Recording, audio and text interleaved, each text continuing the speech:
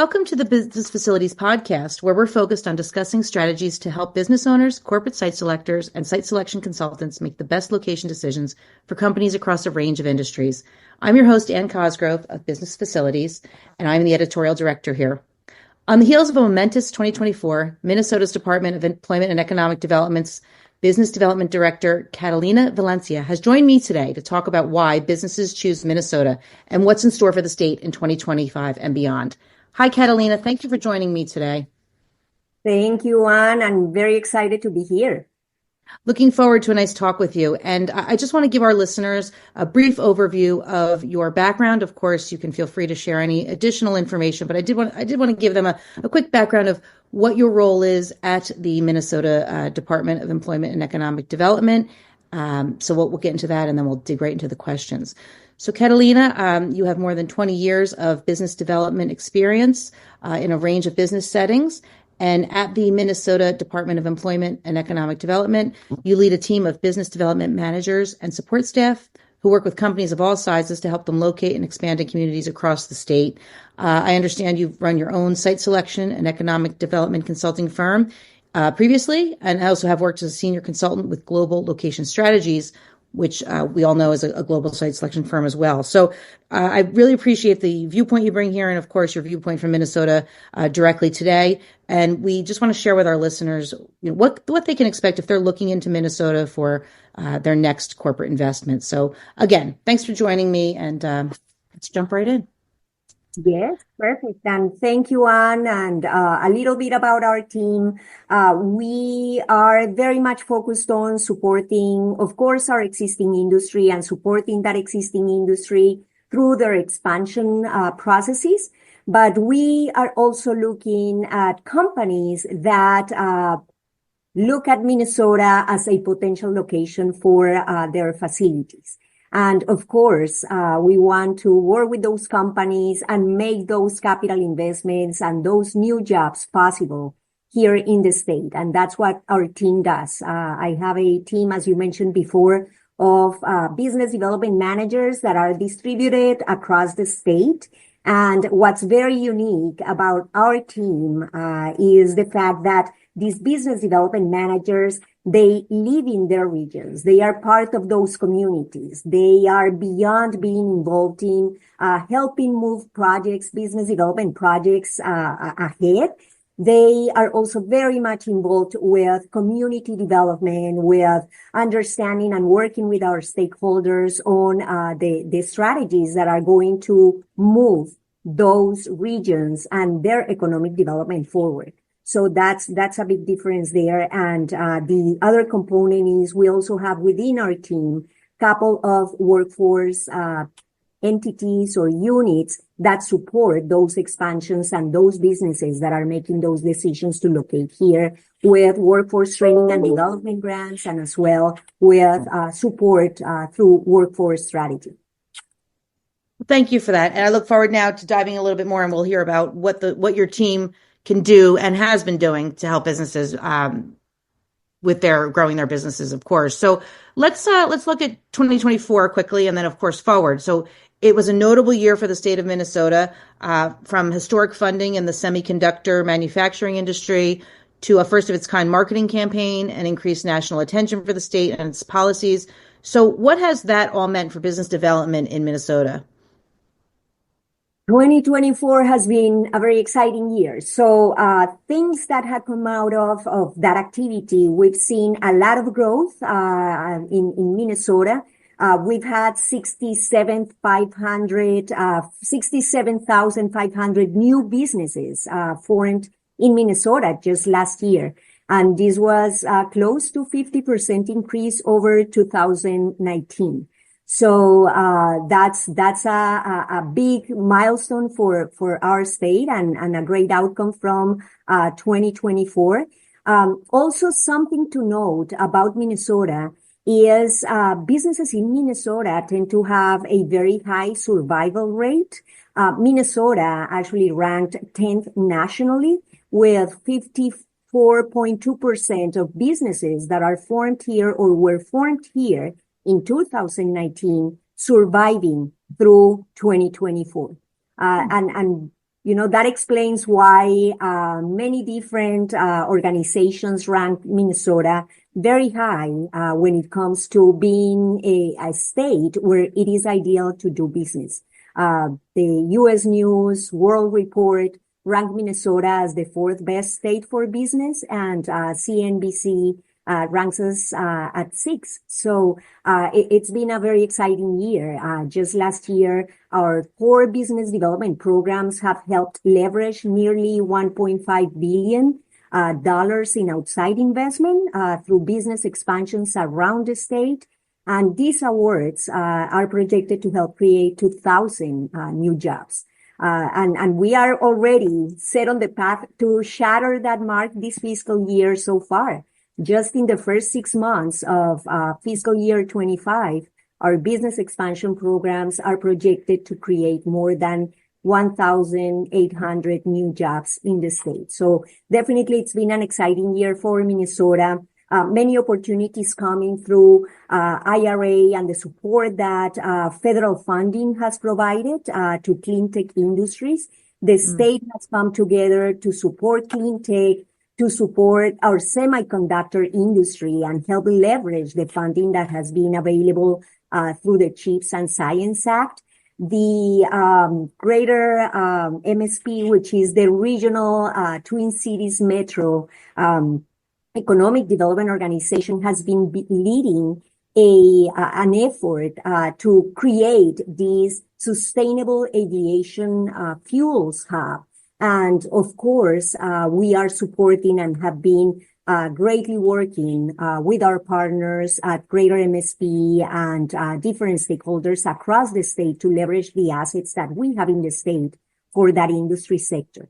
And we've also had new programs like the Minnesota Forward Fund that had made it possible for us as the state to be able to support these companies that are leveraging these federal dollars. So very much looking forward to this year and building on the momentum of 2024. So as far as industries, let's break that down a little bit, if you would. We talked about semiconductors. You mentioned clean energy there. Can you talk about briefly the kind of the target industries, whether it's the target industries for 2025, and maybe to back up a little bit, the growth industries that you've seen? What would you, what are you putting out there, from your department as far as what some of those main industries are that should be looking at Minnesota?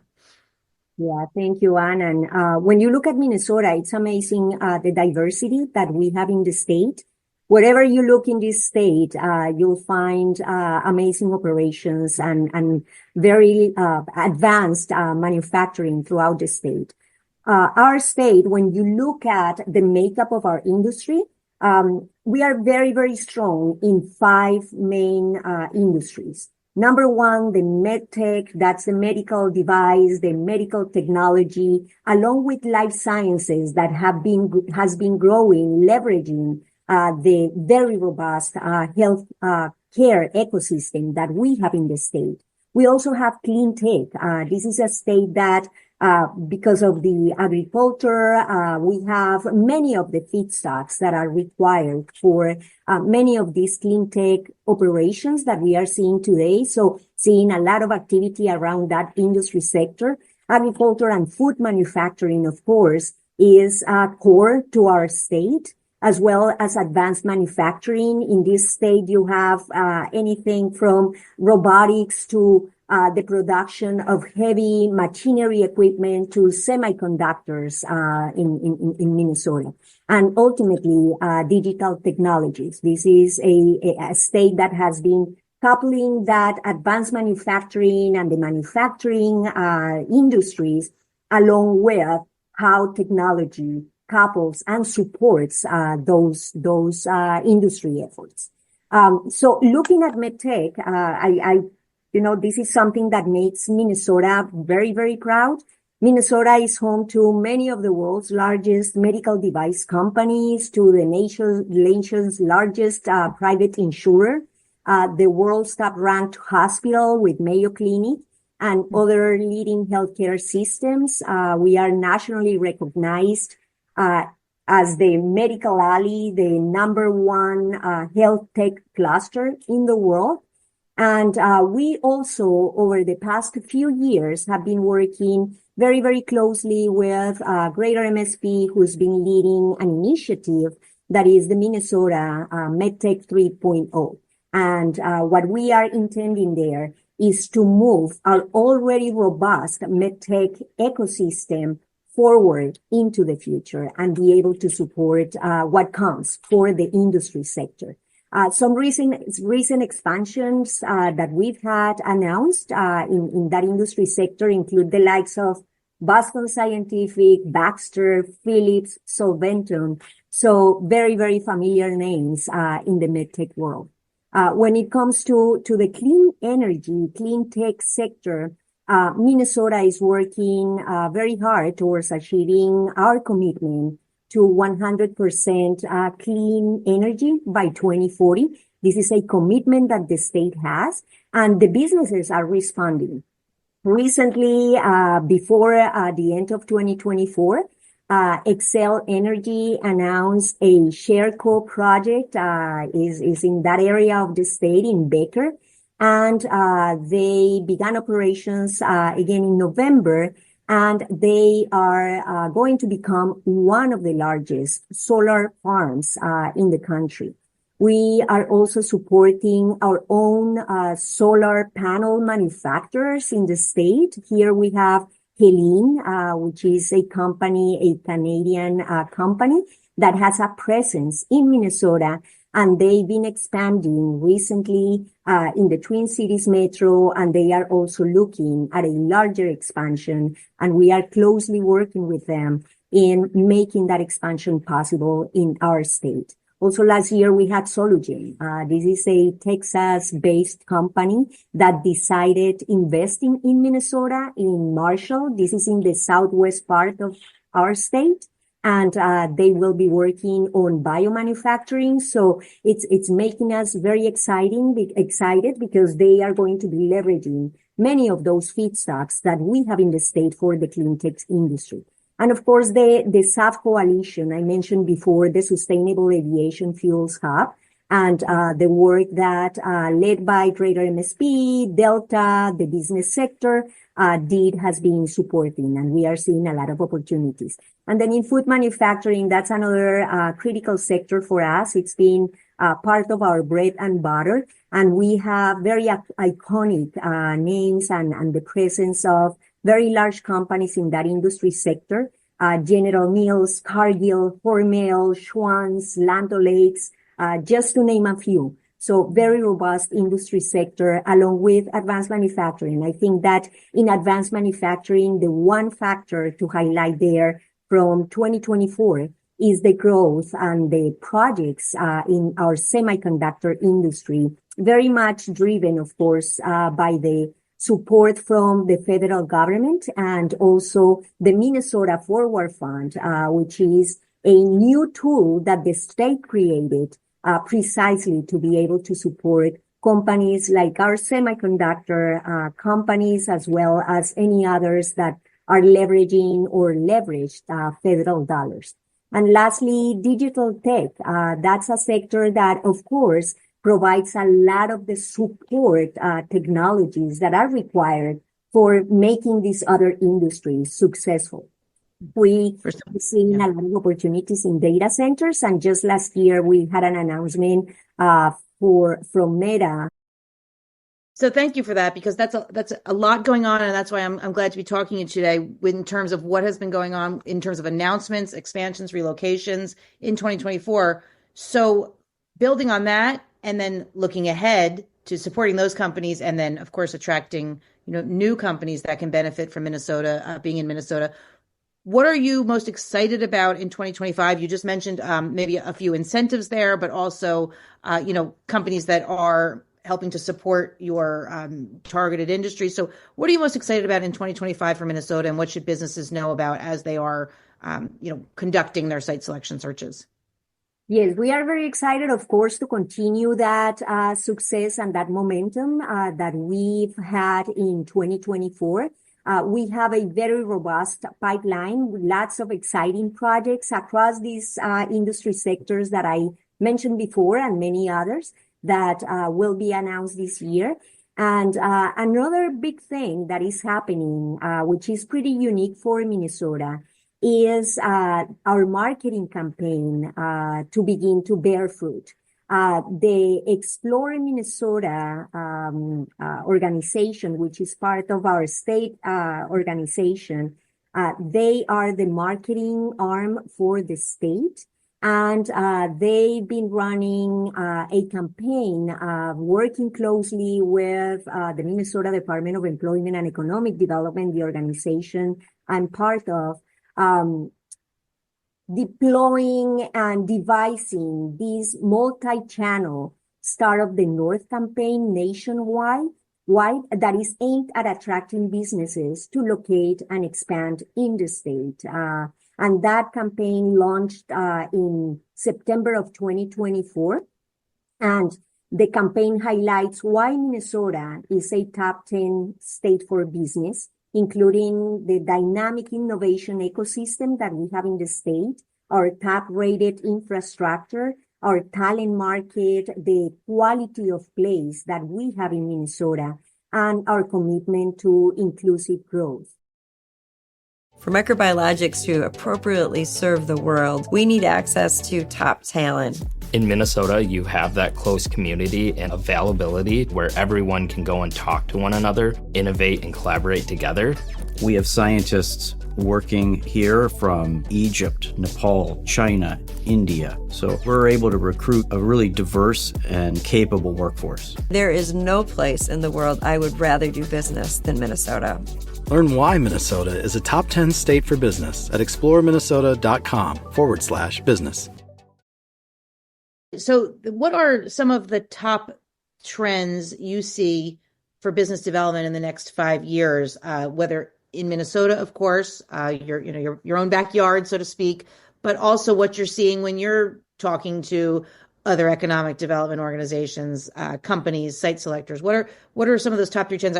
As we all know here, we're going through a lot of shifts in many different ways. So I did want to give you the opportunity to share your thoughts with what you're seeing and maybe how Minnesota is looking to address those trends. Yes, and thank you for that question, Anne. How much time we have here? I think we can talk for hours about You certainly could. into the future, but I'll focus on those top three that I see, especially when it comes to business expansion and business location decisions. I think that if tariffs are a consideration moving forward, we'll continue seeing. We are already seeing a good number of projects, of course, driven by the federal funding, as I mentioned before. A good number of foreign direct investment, but if tariffs become more prominent and more countries are impacted by them, I can see that influx of foreign direct investment increasing and our state continue capitalizing on those opportunities.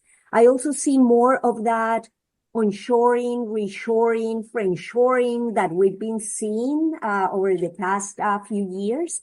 To continue growing definitely and getting more opportunities from companies, American companies that have set operations internationally that are feeling that need to be closer to the market and also to take advantage of conditions here in the U.S. If tariffs are imposed. And then, of course, with artificial intelligence and automation becoming much more prominent, the workforce adjustments that we need to continue making across several industries, that's something that is front and center for all of us, not only for companies, but for organizations like ours that support these efforts. And of course, the way in which industry incorporates AI, increased automation into their operations and how that also presents and builds new opportunities for expansion and growth. And of course, the AI governance will need to be front and center as this becomes much more prominent across our operations and our daily lives. And ultimately, the third one I see, which is something everybody's been discussing for quite some time, is energy infrastructure.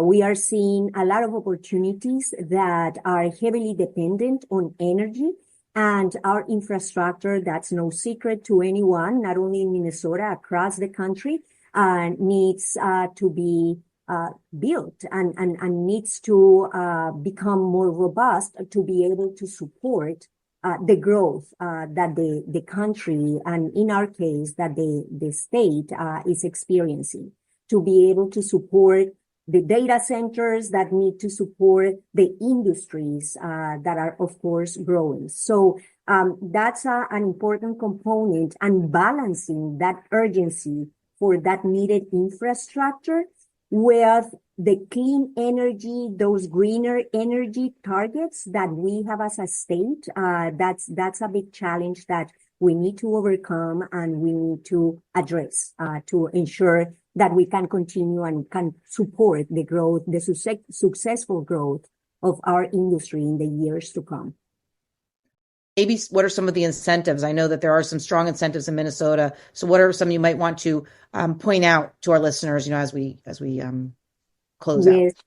I think Minnesota, the way the state is setting itself up for capitalizing on the opportunities and also addressing those challenges, I think we have to first talk about our infrastructure. Our state is very robust in terms, we have very reliable, top-rated infrastructure in this state. Minnesota's north central location and first-rate infrastructure seamlessly connects businesses with customers and suppliers all over the world. We have 4 class 1 railroads, 3 interstate highways that connect the state with the rest of the country. We also have the country's top-rated airport with the MSP, the Minneapolis-St. Paul Airport. We have 7 commercial ports, reliable water and energy resources, and we are growing our broadband network. So infrastructure is key and central to supporting the growth of the state in the years to come. We are also home to one of the country's most talented workforces. Minnesota's public and private investments in education over several decades has produced strong talent for a diverse economy. In fact, Minnesota ranks as one of the top states in high school graduation rates and total labor force participation. I don't know if you were aware of that, Anne, but this is a state that stands out in terms of those 2 factors. And there are state-supported skill and training programs. Actually, some of those programs are under my business development unit that also enable employers to partner with local educational institutions to create customized workforce training programs. Additionally, Minnesota proudly shares values of inclusion, optimism, civic engagement, and we have one of the nation's highest rates of volunteerism and voter participation. And I'll say, you asked the question on our programs and what incentives we have to help support the growth of businesses. 2 years ago, and I mentioned this earlier, the state legislature approved the creation of the Minnesota Forward Fund. The state set aside $400 million. This was unprecedented for our state, to provide matching funds for companies that were pursuing federal dollars, like the CHIPS, IRA, and other programs. So this has been transformational in helping drive many of the opportunities that we've been seeing in this past year. We also have 2 legacy, if you will, programs. One is called the Minnesota Investment Fund that provides financing to help add new workers and retain high quality jobs in the state. And the focus of this program is on industrial manufacturing and technology related industries. Some of those, this is a low interest loan program, but some of those loans may be forgiven depending on the characteristics of the projects, the targets, and some other factors. We also have the Job Creation Fund. That's a pay-by-performance grant that provides financial incentives to new and expanding businesses that meet certain job creation and capital investment targets.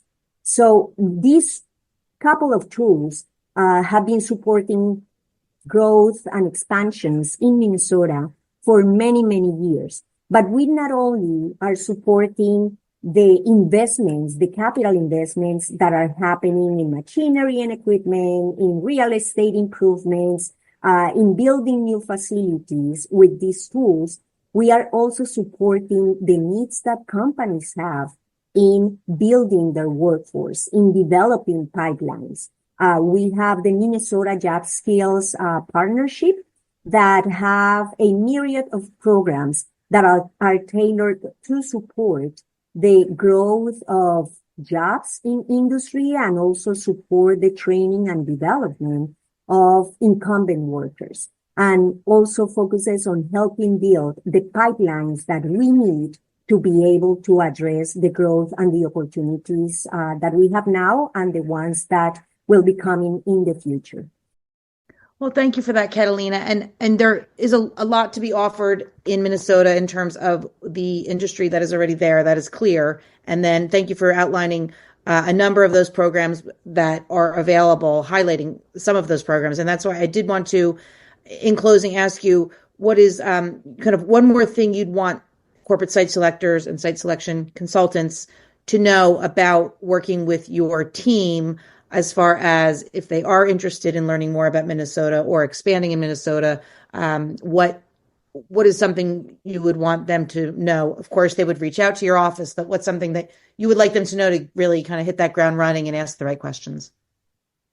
Yes, and thank you for that opportunity. And what I would like site selectors and companies that are considering location decisions is we are the Minnesota Department of Employment and Economic Development is the state's principal economic development agency. And as such, we are that first door that we hope the site selectors and companies knock on. We are connected. We have a team that, again, as I mentioned initially, is embedded in their communities. And we are building constantly and have very close relationships with our different partners across the state. We are that one stop or one first point of contact that can help the site selectors and companies. So we also support those communities as well as the development of our workforce and the development of the pipelines in the state. So we are a very comprehensive agency that helps bring in not only the state tools, but also connect with the many different resources that exist across the state. Well, thank you. Thank you, Catalina, for that. Do appreciate all of that information and looking forward to talking with you again about more about Minnesota. So thank you for your time. I appreciate it today. Thank you so much, Anne, for the opportunity. And to those who are listening, I would like to direct you to the Minnesota website to learn more. That is www.exploreminnesota.com/business. That is for the Explore Minnesota website, which Catalina had mentioned, and you can learn all you'll need to know about starting to relocate or expand in Minnesota. And again, thank you, Catalina. Have a good afternoon.